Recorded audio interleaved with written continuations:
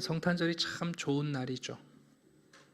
성탄절은 소망의 날이기도 하고 희망의 날이기도 합니다. 근데 그 성탄의 소식이 진짜 소망이 되려면 예수님이 이 땅에 오셨던 그 시대의 어두움을 우리가 분명히 이해해야 합니다. 여러분, 예수님이 이 땅에 오시기 전 400년 동안 우리가 흔히 침묵 기간이라고 합니다. 말라기 선지자가 나타난 이후에 자그마치 400년 동안 이스라엘 땅에 선지자라고 할 만한 사람이 없어요. 우리 요즘 수요일 날 선지서 보고 있는데 보시면 동시대에도 선지자가 둘셋씩 있잖아요.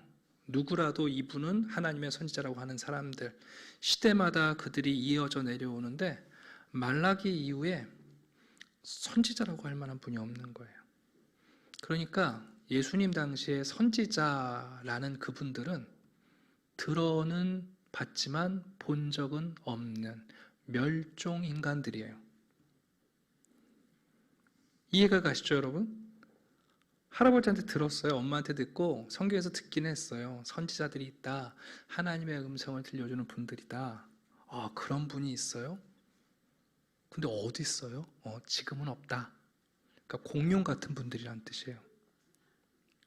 그냥 웃지 마시고 400년 동안 없었잖아요, 여러분. 그러니까 선지자라는 직분도 알고 선지자의 역할도 아는데 만나본 적이 없는 분들이에요. 공룡이에요. 멸종인간. 이게 여러분 누가복음 1장이 우리에게 전해주는 배경의 중요한 사건이에요. 그러면 400년 동안 선지자가 없었으면 멸종한 거잖아요. 여러분, 공룡 멸종했으면 주라기 파크에 보면은 유전자 발견해갖고 다시 공룡 만들어내긴 합니다만 선지자를 어떻게 그렇게 할 수 있겠어요, 그죠? 근데 말라기 선지자가 구약의 마지막 선지자로서 마지막 예언을 남길 때 이런 메시지를 4장 5절부터 6절까지 남겨놓았어요. 되게 중요하죠. 한번 들어보세요. 보라, 여호와의 크고 두려운 날이 이르기 전에 내가 선지자 엘리야를 너희에게 보내리니.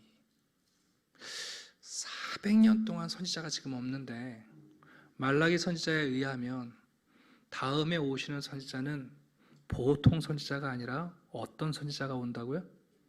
엘리야 같은 선지자가 온다고요. 자, 그러니까 400년이라는 이 침묵의 기간은 선지자를 볼 수 없는 절망의 시간이지만 그럼에도 불구하고 멸종된 선지자를 기다리는 백성들의 마음에 장차 오실 분은 어떤 선지자예요? 엘리야 같은 선지자예요. 여러분, 엘리야가 어떤 선지자입니까? 가장 어두웠던 아합의 시대 하늘에서 불을 내리고 비를 내리기도 하고 비를 멈추기도 하고 엘리사를 세우고 그리고 그럼 이스라엘 백성들의 마음을 하나님께로 돌이키려고 애썼던 선지자 아닙니까? 말라기 선지자의 마지막 예언이 거기 있어요. 자, 들어보세요. 그가 아버지의 마음을 자녀에게로 돌이키게 하고 자녀들의 마음을 그들의 아버지에게로 돌이키게 하리라. 돌이키지 아니하면 두렵건대 내가 와서 저주로 그 땅을 칠까 하노라 하시니라. 자, 그럼 이제 여러분 400년 동안 멸종된 선지자를 본 적이 없지만 이 말라기 선지자의 약속의 말씀을 믿고 하나님이 말씀하신 대로 되리라는 약속의 말을 믿는 의로운 사람들이 있겠어요, 없겠어요? 있다는 거예요. 그게 누구냐면 바로 오늘 본문에 나오는 사가랴와 엘리사벳이에요. 자, 6절 볼까요? 두 사람이 하나님 앞에서 의인이니. 우리 마태복음에서 의롭다, 그 얘기는 하나님의 나라를 기다리는 사람이다, 그런 대명사고, 누가복음에서 의인이다 라고 하는 것은 하나님의 약속을 믿는 의를 얘기해요. 아브라함이 그가 하나님의 말씀을 믿는 것을 의로 여기신 것처럼, 그러니까 사가랴와 엘리사벳이 지금 뭐 하는 사람이냐면 장차 말라기의 예언대로 엘리야 같은 선지자가 올 것을 믿고 그 약속이 성취될 것을 기다리고 있는 사람들이에요. 그때가 되면 하나님이 자기 백성들에게로 그리고 하나님의 백성들이 하나님께로 마음을 돌이킬 터인데 이 두 분은 그것을 위하여 계명과 규례대로 흠이 없이 행하면서 기다리는 분들이에요. 자, 그 앞에 있는 5절을 잠깐 볼게요. 이 시대를 이렇게 아주 조심스럽게 누가는 우리에게 소개해요. 유대 왕 헤롯 때에 아비야 반열에 제사장 한 사람이 있다. 아비야라는 이 제사장 반열은 유대 땅에는 제사장이 모두 24개의 그룹으로 돼 있어요. 반열이라고 하거든요. 레위 지파의 그 아론의 후손들 가운데서 그 조상들을 따라서 24개의 반열이 되어 있고 한 반열마다 300명의 제사장을 비축해요. 그럼 몇 명이에요 모두? 24반열 곱하기 300, 7,200명이에요. 그 7,200명이 이제 성전을 1년에 2주씩 돌아가면서 수종을 들게 됩니다. 그리고 특별히 안식일에 향을 바꾸게 되는데 그걸 분향한다는 얘기가 나와요. 이제 성소에 들어가서 향을 바꾸는 일을 해요. 진설병 바꾸는 일은 또 다른 분이 하고, 근데 이 향을 바꾸는 일은 아무한테나 맡기는 게 아니고 진설병 같은 경우는 의무제로 돌아갑니다만 향을 바꾸는 것은 아무나 하지 않고 보통 향이 기도를 의미하잖아요. 근데 아무나 하는 게 아니라 제비를 뽑아서 그날 이 향을 바꾸는 책임을 맡게 돼요. 그럼 몇 대 몇이에요? 제비 뽑으면? 7,200대 1의 확률로 뽑히는 거예요. 평생에 딱 한 번만 기회가 있어요.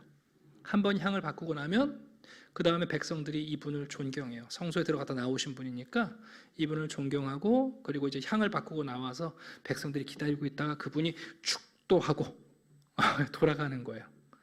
이해가 가시죠, 여러분? 그러니까 이 한 분이 되게 중요하거든요. 자, 그런데 이 아비야 반열은 이제 아론의 후손인데 사가랴도 아론의 후손이고 부인이었던 엘리사벳도 아론의 후손이에요. 그러니까 모세가 제사제도를 만들 때에 대제사장이었던 아론 가문에 이 두 남녀가 결혼하신 거죠. 그래서 오랫동안 의롭게 규례와 율례를 따라 살아오신 분들이에요. 자, 그런데 7절 보니까 이렇게 의롭고 거룩한 일을 하시는 분들인데 이분들에게 짙은 그늘이 하나 있죠. 엘리사벳이 잉태를 못해요. 이 말은 약간 전문적으로 말하면 착상이 안 되는 자궁이었다는 뜻이에요. 그러니까 죽은 자궁이에요. 우리가 여러분 구약성경에 보게 되면 불임의 고통을 경험하는 여인들이 반복해서 나오죠. 구약성경을 우리가 쭉 읽어가다 보면 그 울림이 계속 반복돼요. 우리가 알고 있는 것처럼 아브라함의 아내였던 사라, 그리고 며느리였던 리브가도, 그런가 하면 야곱의 네 아내 가운데 특별히 사랑을 받지만 자녀를 낳을 수 없었던 라헬도, 그리고 여러분 우리가 알고 있는 한나도, 그런가 하면 다윗의 아내였던 미갈도.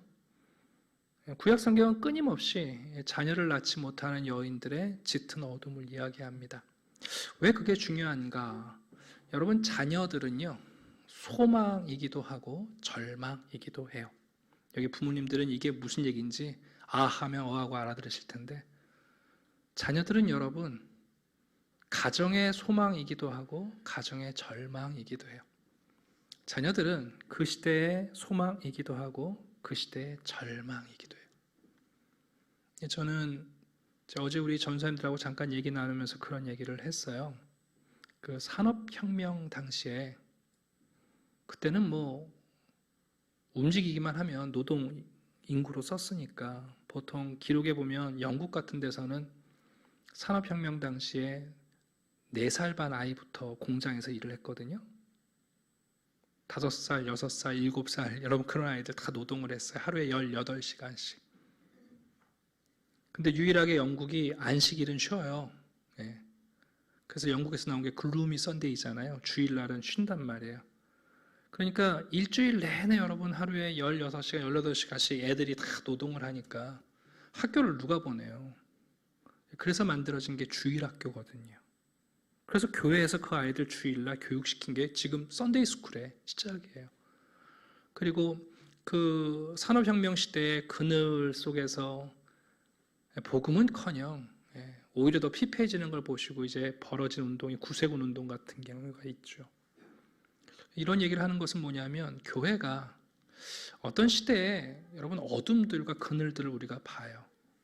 제 고민 중에 하나는 뭐냐면 우리 한국 사회가 참 젊은이들이 소망이기도 하고 절망이기도 한데 요즘 우리 젊은이들이 정말 너무 깊은 그늘로 자꾸만 더 들어가는 것 같아요. 최근에 통계들을 이제 연말이라 통계들을 보면 은둔형으로 있는 젊은이들 너무 많고요. 심지어 하루 종일 바깥을 한 번도 안 나오는 젊은이도 굉장히 많아요. 대체 이들을 위해서 뭘 어떻게 해야 되나 고민도 되고 그런 생각을 하는데 여러분 시대의 소망도 자녀지만 시대의 절망도 자녀예요. 그렇지 않습니까? 그런데 여러분 이 사가랴와 또 엘리사벳 두 분은 자녀가 없어요. 죄 때문이 아니죠. 누가가 아주 조심스럽게 얘기했어요. 이분들이 어떤 분이라고요? 의인들이라고요. 이분들 계명과 규례대로 흠이 없이 사시는 분들이에요. 말라기에 보면 또 한 가지가 나오죠. 하나님이 꿈꾸시는 게 뭐냐? 경건한 자손을 얻기를 원하신다. 여러분 이런 가정에 자손을 주셔야 되는 거 아닙니까?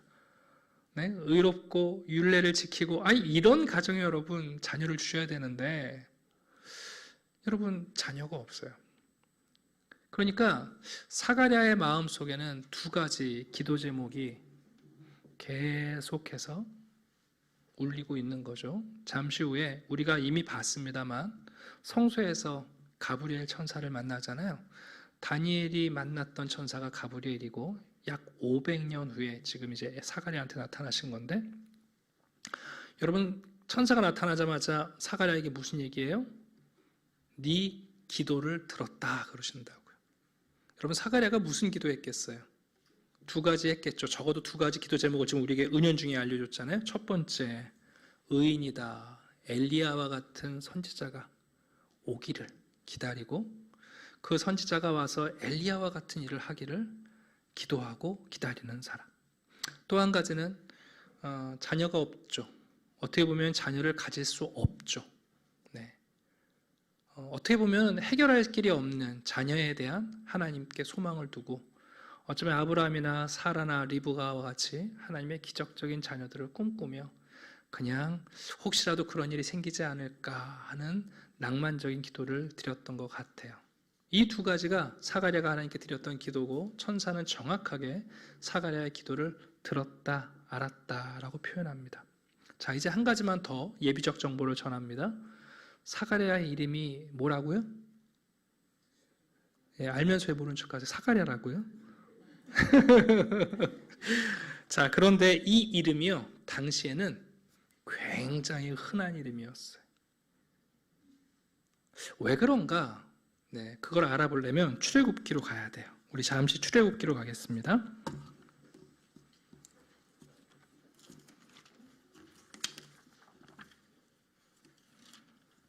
출애굽기 2장입니다.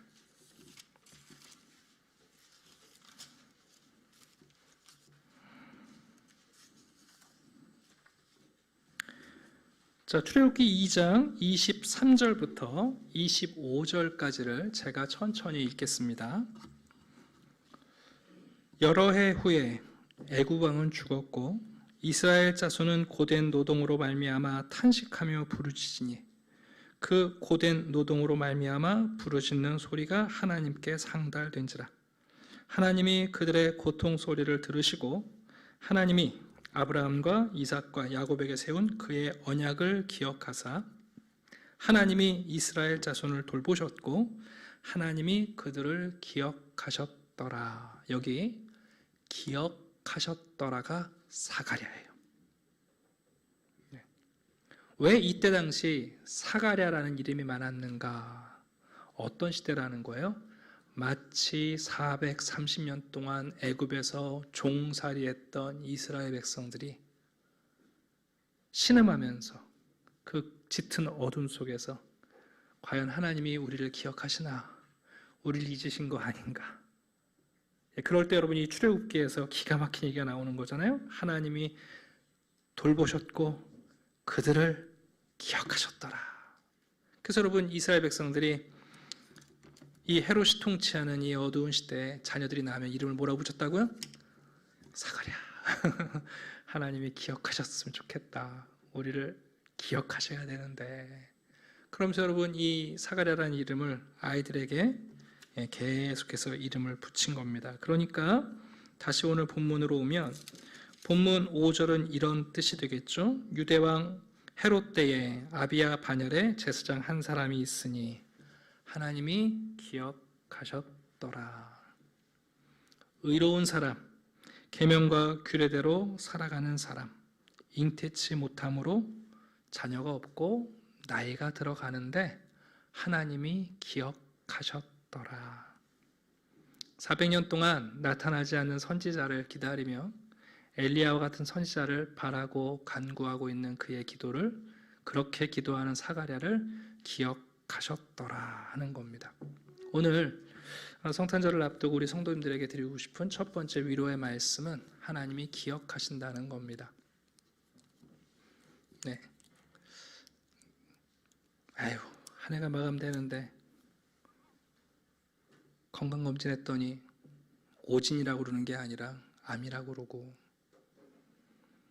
오랫동안 직장을 찾아왔는데 아직도 직장이 안 잡히고, 자녀가 이제 이쯤 되면 정신 차리고 제 역할 할 줄 알았더니 또 한 해 이렇게 지나가는 것 같고, 남편과 아내의 관계가 서먹해져서 언젠가 좀 회복이 되려나 하는데 전혀 회복이 되지 않고, 회사를 그럭저럭 지금 이끌고 있는데 언제쯤 좀 호황기를 누릴까 싶은데 전혀 그런 기미가 보이지 않고, 여러분 그때 우리 믿음의 사람들은 이 사가랴의 믿음이 우리에게 필요합니다.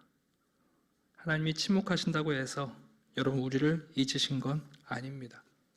우리가 알고 있는 것처럼 하나님은 절대 졸지 않으십니다. 하나님 우리를 잊으신 게 아니라 여러분 우리의 이름도 사가랴입니다. 하나님이 기억하십니다. 그래서 여러분 천사가 놀랍게 사가랴를 찾아와서 제일 먼저 하시는 말씀이 뭐예요? 13절 보니까 야, 너의 간구함을 들으셨다. 하나님이 너의 기도를 들으셨다. 참 재밌는 것은 이제 사가랴가 여러분 이런 어둠의 때에 참 신기하죠. 7200대 1 그 경쟁률을 뚫고 제비를 뽑았는데 그날 하나님 성소에 향을 바꿔서 향을 올려드리는 제사장으로 뽑힌 거예요. 평생 한 번 있는 일이라니까요, 여러분. 평생 한 번. 이거는 뭐 두 번 할 수 있는 일이 아니에요. 그냥 딱 평생 한 번 주어지는 일이에요. 얼마나 조심스럽겠어요. 이 한 사람만 바라본단 말이에요. 네. 사가랴가 준비를 하고 이제 향을 가지고 들어가서 10절 보니까 이제 분향을 하려고 들어갔고, 백성들은 모두 사가랴를 위해서 기도하고 있는 거죠. 저 제사장이 들어가서 성소에서 향 잘 바꾸고 하나님께 또 우리를 위해서 기도하고 나올 거니까 나올 때 저분이 축복하시는 거 그거 축복받고 돌아가야 된다. 왜 우리 옛날 어르신들도 지각해도 축도는 꼭 받고 가시는 분들 있잖아요. 지금 백성들이 여러분 중요한 거예요. 왜냐하면 분향하는 거 탁 바깥 끼시고, 그리고 성소에서 탁 나오자마자 제사장이 탁 축복해주면 이건 중요하다. 그리고는 사가랴를 기도하면서 기다리고 있는 거죠. 자, 사가랴가 성소에 들어갔습니다. 분향의 찌꺼기를 이제 다탄 찌꺼기를 제거하고 새로운 향을 올려드리고 향을 딱 피우는데, 여러분 갑자기 아무나 들어오는 거 아니잖아요, 여러분. 나밖에 없어야 되는데 거기 누가 한 명 서 있는 거죠. 천사가. 얼마나 놀랬겠어요, 여러분. 사람들은 하나님이 내게 나타나시면 좋겠다, 하나님이 한번 날 찾아오시면 좋겠다 그러지만 진짜 여러분 천사 만나면 겁날걸요. 그러나 여러분 참 감사한 건 천사들은 언제나 우리에게 나타나면 언제 우리를 알았냐는 듯이 우리는 그들을 모르는데 그들은 우리를 아는 것 같이 늘 얘기를 해요. 그죠? 보면 천사들은 우리는 잘 모르는데 항상 천사들은 우리를 알아요. 그래갖고 두려워하지 말라 얘기하고 항상 우리와 친밀하게 얘기를 하죠. 혹시라도 여러분 어떤 영적 체험을 하시게 되면 결코 두려워하지 않으셔도 됩니다. 신앙생활 하다가 우리가 자주 있지는 않지만 일생에 한두 번 정말 독특한 영적 체험을 할 때가 있어요. 근데 어떤 분들은 그 영적 체험하시고 막 무서워하시는 분들이 있는데 그러지 않으셔도 됩니다. 왜냐하면 우리가 낯선 거지 영적 세계와 영적 존재들은 우리를 알거든요. 그러니까 여러분 어떤 영적 체험이 되었든 간에 너무 두려워하고 걱정하지 않으셔도 됩니다. 자, 천사가 나타났습니다. 그리고 12절 사가랴가 어떻게 했다고요? 놀라고 무서워했대요, 여러분. 네. 그랬더니 천사가 보통 그냥 늘 하는 말이죠. 기본적인 말이에요. 무서워하지 말아라, 두려워하지 말아라. 그리고는 사가랴에 대해서 너무 잘한다는 듯이 얘기하는 거예요. 너의 간구함이 들렸다. 아까 얘기했죠. 사가랴가 늘 두 가지를 기도했다고요. 그럼 하나님의 응답을 두 가지 하셔야 돼요? 한 가지 하셔야 돼요? 그게 참 우리의 어리석은 수학이에요. 그러니까 10가지 기도하면 하나님이 몇 개 응답하셔야 돼요? 근데 참 신기하죠. 사가랴가 두 가지 기도를 했는데 응답은 한 가지예요. 그럼 여기 묘미가 있는 겁니다. 사가랴가 선지자를 기다리고 있고 나이 먹어가는 자기의 가정의 자손을 위해서 기도하고 있는데 여러분 천사가 한 가지로 두 가지의 응답을 해주고 있습니다. 내 아내 엘리사벳이 내게 아들을 낳아주리니 이름을 요한이라고 해라. 근데 이 요한이라는 이름은 사가랴의 집안에 없는 이름이에요. 레위 집하고 아론의 여러분 자존심이 있는 가문인데 어떻게 다른 지파 요한의 이름을 갖다 붙이겠어요? 무슨 얘기인지 이해하시죠, 여러분? 아니 우리가 지금 아론의 가문이고 대제사장의 가문인데 아무리 부러워도 그렇지 또 차라리 에브라임이랑 므낫세는 모르겠지만 요한이라는 이름을 붙인 집안 어른이 없어요, 여러분. 매우 낯선 이름이에요. 마치 사가랴의 집안의 자손이 아닌 것 같은 이름을 붙이라고 얘기하시는 거거든요. 그래서 나중에 뒤에 보면 사람들이 아이가 낳아서 이름 붙여줄 때 사가랴가 요한이라고 그러니까 야, 너 이름이 그게 뭐야? 우리 집안에 그런 이름 없어 얘기하잖아요. 천사가 얘기하는 거야. 아들을 낳을 테니 이름을 요한이라고 지어라. 네 자식이긴 한데 전혀 네 자식이 아닌 것 같은 이름을 지으라고 하시는 거죠. 근데 그 다음에 이제부터 중요해요. 너도 기뻐할 것이고. 그 얘기는 뭐냐면 이 아이가 단순한 자손이 아니라 사가랴가 기다려왔던 말라기가 예언하는 엘리야 같은 선지자가 오리라는 기도의 응답도 이 아이가 성취할 거라는 얘기입니다. 너도 기뻐할 것이고 즐거워할 것이고 그리고 이 아이로 인하여 많은 사람도 기뻐할 것이다.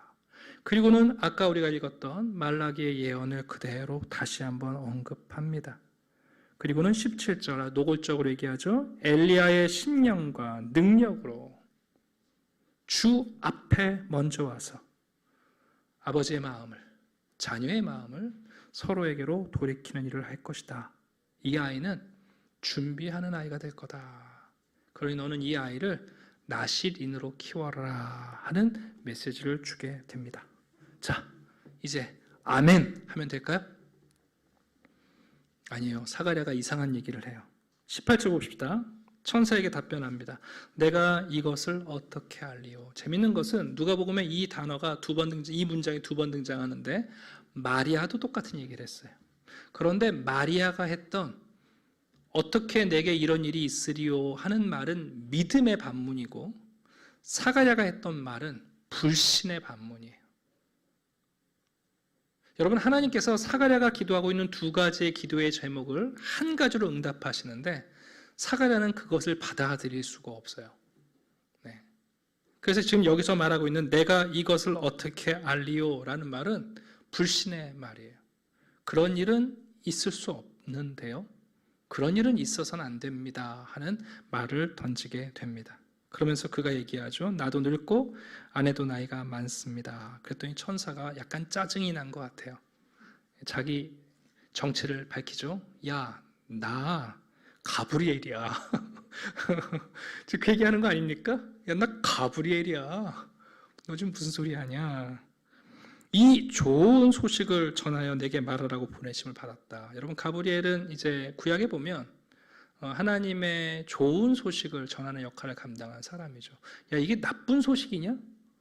왜 내가 너에게 이 소식을 전할 때 너는 마치 이게 나쁜, 안 좋은 소식인 것처럼 거절하느냐 하고는 여러분 그 불신에 대한 일로 일종의 형벌을 내리십니다.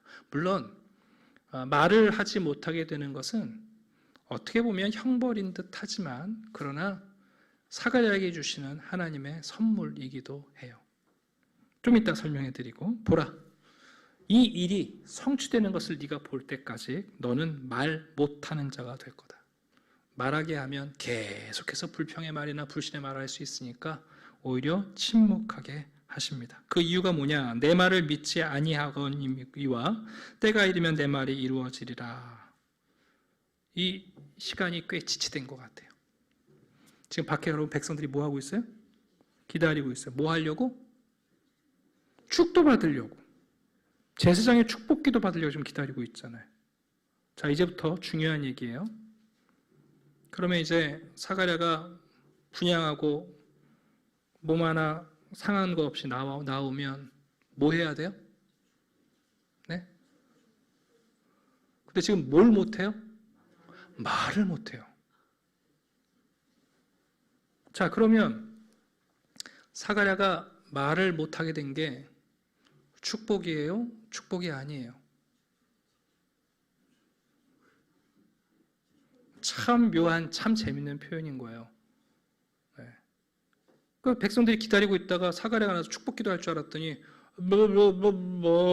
말을 못하니까 축복기도를 못 받게 됐네요. 그런데 분명히 사가랴가 말을 못하게 됐다는 것은 저 안에서 어떤 영적 현상, 하나님과의 마주침이 있었다는 얘기인데 대체 그게 뭘까? 말로 제사장이 축복하는 것이 축복이 아니라 제사장이 하나님의 얼굴을 보고 침묵하는 것도 축복이 된다는 사실을 우리에게 전해주고 있어요. 여러분, 참 귀한 거예요. 오늘날 우리 시대는 말로 축복을 남발하고 말로 축복하지 않으면 자기를 저주한다고 생각하지만 여러분, 침묵은요, 어떨 때는 하나님의 더 견고한 축복을 우리에게 선사하는 기분 좋은 경험입니다. 네. 지체함을 이상히 여기다가 말을 못하니 백성들이 추측한 거죠. 성전 안에서 환상을 본 줄 알았어요. 분명히 저 안에서 무언가를 경험하셨다. 네. 분명히 저 안에서 하나님과 조우가 있었다. 그래서 여러분, 사람들도 그냥 돌아가고 사가랴도 직무의 날이 마치고 자기 집으로 돌아가게 됩니다. 침묵과 믿음에 대해서 잠시 말씀을 좀 전하려고 합니다. 성탄절이 다가옵니다. 성탄절에 대해서 많은 말을 해야 할 것 같지만 여러분, 때로는 우리가 사실 성탄절은 신비잖아요. 우리가 성육신에 대해서 많은 말을 한다고 설명할 수 있을까요? 뭐 과학적으로 증명을 할 수 있을까요? 아니면 그것이 어떻게 하면 가능하다라고 어떻게 뭐 설득할 수 있을까요? 그런데 참 신기한 것은 성경이 예수님의 성육신에 대해서 침묵하시는 사건은 그 일이 없는 일이 아니라 그것이 우리에게 놀라운 축복으로 다가와요. 네. 우리가 하나님의 일하심에 대해서 말하지 못할 때, 말할 수 없을 때 그것이 단순히 여러분 변명이나 아니면 우리가 패배하는 게 아니라 우리가 하나님에 대해서 다 말하지 못하는 그 내용이 비록 우리의 불신으로 인해서일 수도 있지만 그러나 여러분, 그것이 세상에는 하나님의 축복의 자리로 나올 수 있다는 것을 우리에게 가르쳐 줍니다. 자, 이제 정말 천사의 말대로 24절을 보니까 엘리사벳이 잉태했습니다. 네. 그리고 아마도 엘리사벳이 매우 조심스러웠던 것 같아요. 숨어 지내요. 5달 동안. 그리고 여러분 사가랴 역시 그 9달 동안 이제 말을 하지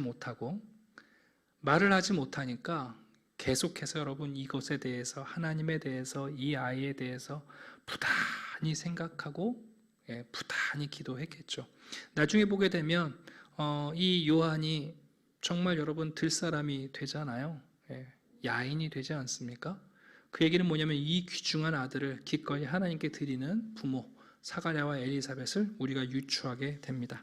마지막으로 한 가지만 더 말씀을 드리려고 하는데, 오늘 본문을 좀 뛰어넘어서 우리가 39절을 보게 되면 마리아가 엘리사벳을 찾아오는 기록이 나와요.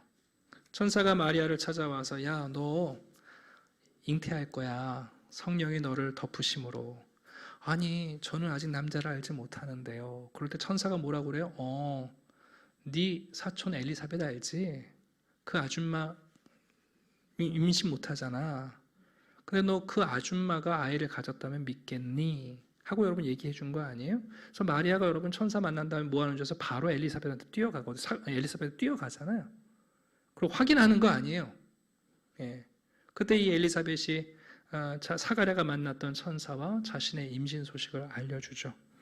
재밌는 것은 뭐냐면 마리아가 오는데 엘리사벳의 태중에 있는 요한이 발길질을 해대는 거죠. 그 플레밍 러트리지라는 경건한 여성 목회자가 계세요. 글을 참 잘 쓰시는데 그분이 이 장면을 이렇게 설명했어요. 자기의 운명에 활기를 띠었던 세례 요한의 계시적 발길질. 어쩜 이렇게 멋지게 표현하는지. 계시적 발길질. 마리아가 오고 있는데 엘리사벳의 태중에 있는 이 요한이 엄마한테 얘기하는 것 같은 거죠. 어머니, 보통 사건이 아닙니다. 펑펑. 그냥 생각하시면 안 된다. 펑펑. 보통 일이 아닙니다. 계시적 발길질. 마리아의 태중에 있는 분이 바로 자기가 준비해야 된다는 자신의 사명에 대한 계시적 발길질을 하고 있다고 설명을 했습니다. 자, 여러분, 시간이 지나서 드디어 세례 요한이 출생을 했고요. 말하지 못했던 사가랴의 입이 열려서 말을 하게 됐습니다. 그때 사가랴는 입을 열어서 제일 먼저 뭐 했을까요? 자신의 불신을 뛰어넘어서 그 침묵 기간을 통하여 사가랴는 성령 충만이라는 그 경지에 도달합니다. 우리 한번 67절 가볼게요. 67절. 그 붙인 사가랴가 성령의 충만함을 받아 뭐 한다고요? 예언합니다. 자, 이제 놀라운 사실이에요. 선지자가 없던 시대예요. 엘리야 같은 선지자를 기다리며 의로운 삶을 살았던 사가랴가 여러분 하나님의 선지자처럼 예언하기 시작합니다. 그 예언의 아주 중요한 핵심 마지막 79절에 나옵니다. 위에 거는 뭐 다 볼 수 없어서요. 자, 우리 79절만 읽겠습니다. 시작. 어둠과 죽음의 그늘에 앉은 자에게 비치고 우리 발을 평강의 길로 인도하시리로다 하니라. 아멘. 여러분, 누가 어둠과 죽음의 그늘 안에 앉아 있었습니까? 누가 하나님이 이 어둠과 죽음의 그늘에 있는 나를 좀 기억해 달라고 기도하며 이 어둠의 시간을 견뎠습니까? 사가랴가 이 아이를 받아들고 자기가 기도했던 자신의 자손과 그리고 엘리야의 그 선지자가 바로 이 아이라는 사실을 안고 놀라운 성령 충만으로 우리에게 이 찬양을 들려줍니다. 자, 이제 말씀을 마치겠습니다. 하나님은 밝은 세상에 등장하시지 않고 하나님은 어두운 세상에 등장하십니다. 여러분 깊이 묵상해 보시면 장차 예수님이 재림하시고 강림하실 때 그 징조가 호조예요, 재앙이에요? 아니, 예수님이 다시 오시는 그 재림의 때 마태복음과 계시록에 보게 되면 예수님이 다시 오시는 그날이 여러분 그 분위기가 그 시대가 영적으로 충만한 시대예요? 아니면 어두운 시대래요? 어두운 시대라는 거 아닙니까? 여러분 이거 굉장히 중요한 거죠. 그러니까 하나님이 언제 우리를 찾아오시느냐, 언제 우리 가운데 임재하실 거냐, 우리에게 다가와서 만나 주실 거냐. 여러분 가장 어두운 시대일수록 하나님이 우리를 찾아올 가능성이 좀 높아집니다. 그렇지 않습니까, 여러분? 네, 높아집니다. 한 해가 다 가는데 성탄 연말의 분위기에 함께 편승하기 어려운 삶의 내용이 있는 분들일지라도 여러분이 사가랴입니다. 하나님께서 기억하시고 더 짙어진다고 해서 너무 걱정하지 마십시오. 하나님은 부서진 세계의 시간에도 찾아오시고 깨어진 우리의 시간에도 찾아오십니다. 너무 많이 망가져서 하나님이 못 들어오시는 우리의 인생은 없습니다. 그게 오늘 이 사가랴와 엘리사벳 두 부부가 우리에게 들려주고 있는 놀라운 소망입니다. 두 번째는 성탄절의 기간에 우리가 이웃들에게 성탄의 비밀이나 성육신이나 아기 예수님이나 모든 것을 다 이해하고 설명하지 않아도 괜찮습니다. 때로 여러분 우리의 침묵을 가지고 그러나 그 침묵이 누군가에게 축복이 되는 삶을 살 필요는 있죠. 성탄절에 그러려면 우리가 먼저 이 성탄을 놓고 많은 말을 하기 전에 우리가 먼저 침묵하며 이 성탄을 묵상할 필요가 있습니다. 제가 일주일 정도 부활절이나 성탄절 전에 묵상이란 단어를 쓰는 이유는 그런 거예요.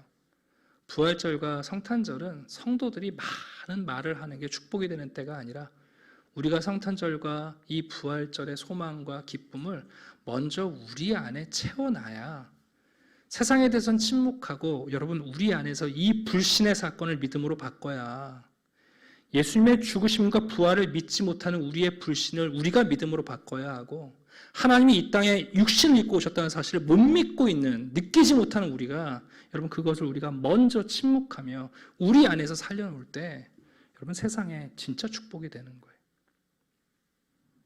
마지막 한 가지 사가랴와 엘리사벳은 요한 낳고 팽 당하신 분들이 아닙니다. 하나님이 여러분 천사가 그냥 사가랴 엘리사벳 소모품처럼 야, 네 자궁만 빌려줘라 그렇게 하신 게 아니라 사가랴와 엘리사벳은 요한을 낳은 이후에 자기 안에도 새로움을 탄생시키는 사람들입니다.